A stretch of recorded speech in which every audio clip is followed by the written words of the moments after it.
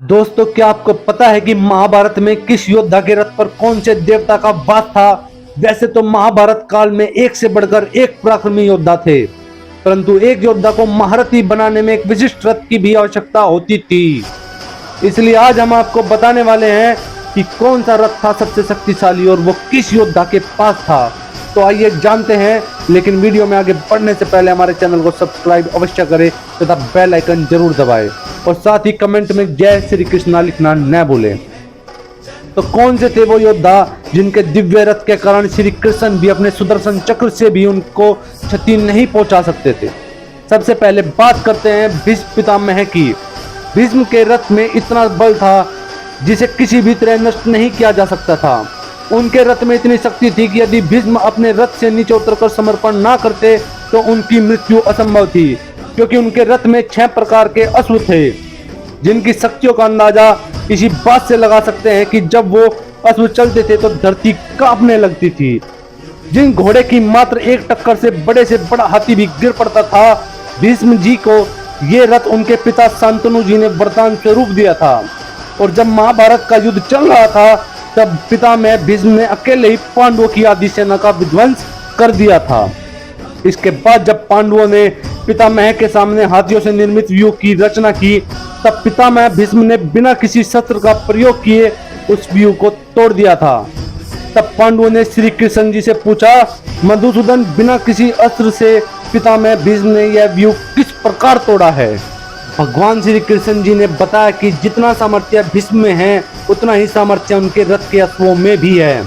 उनके रथ को खींच रहे एक एक घोड़े में 22 हाथियों का बल है।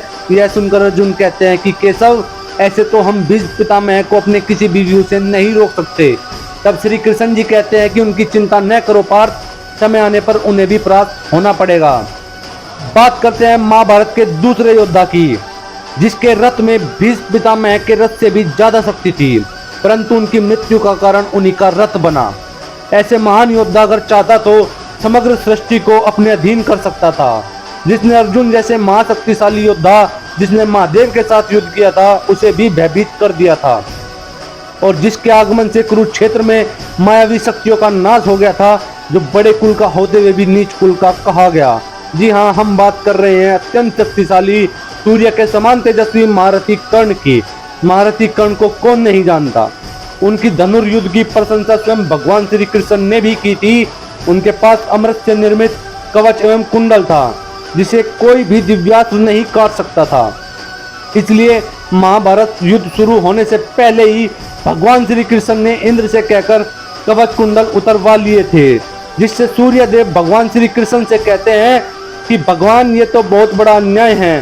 तब श्री कृष्ण जी कहते हैं कि हर कर्तव्य के पीछे एक उद्देश्य होता है, परंतु आज आपका कर्तव्य है कि अपने पुत्र को हर पिता की तरह युद्ध से पहले भेंट दे।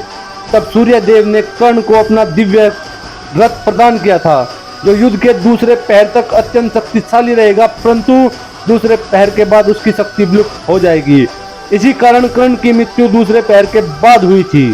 जानते हैं महाभारत के तीसरे मायावी रथ के बारे में, जिसके आगमन से स्वयं महाबलशाली भीम को भी झुकना पड़ा, जिसने अर्जुन के पिता इंद्र की देवासुर युद्ध में सहायता की थी, जिसके पास देवों से भी ज्यादा भयानक शक्ति थी और जो इंद्र के घनिष्ठ मित्र थे। फिर क्यों अर्जुन ने उनके प्राण ले लिए? जी हाँ, हम बात कर रहे हैं असम के राजा भगदत्त की, जिसके पास इंद्र के ऐरावत की ही तरह सबसे शक्तिशाली हाथी था। भगदत्त के हाथी का नाम सुप्रतीक था, जिसके आगमन से सभी रथी महारथी भय से कांपने लगते थे। इसी कारण भगदत्त को अर्जुन ने मृत्यु के घाट उतार दिया।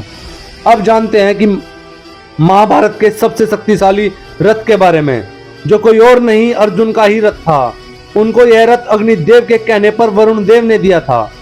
उसकी शक्ति को और अधिक करने के लिए भगवान श्री कृष्ण ने महाबली हनुमान को पताका के रूप में रथ के ऊपर बिठाया था, और इसी कारण पूरे महाभारत में अर्जुन का ही रथ सबसे शक्तिशाली था, क्योंकि जिस रथ के सारथी स्वयं नारायण थे और ध्वज के रूप में हनुमान जी, उस रथ की शक्ति के आगे दूसरा रथ कैसे ही ठहर सकता था। तो दोस्तों, आपका इस बारे में क्या कहना है, हमें कमेंट के माध्यम से जरूर बताइए। अगर वीडियो आपको पसंद आई हो तो वीडियो को लाइक करें और शेयर करना न भूलें। हम आपको मिलते हैं एक और खास जानकारी वाली वीडियो के साथ। तब तक देखते रहिए संपूर्ण ज्ञान का केंद्र स्पिरिचुअल 5 स्टेप।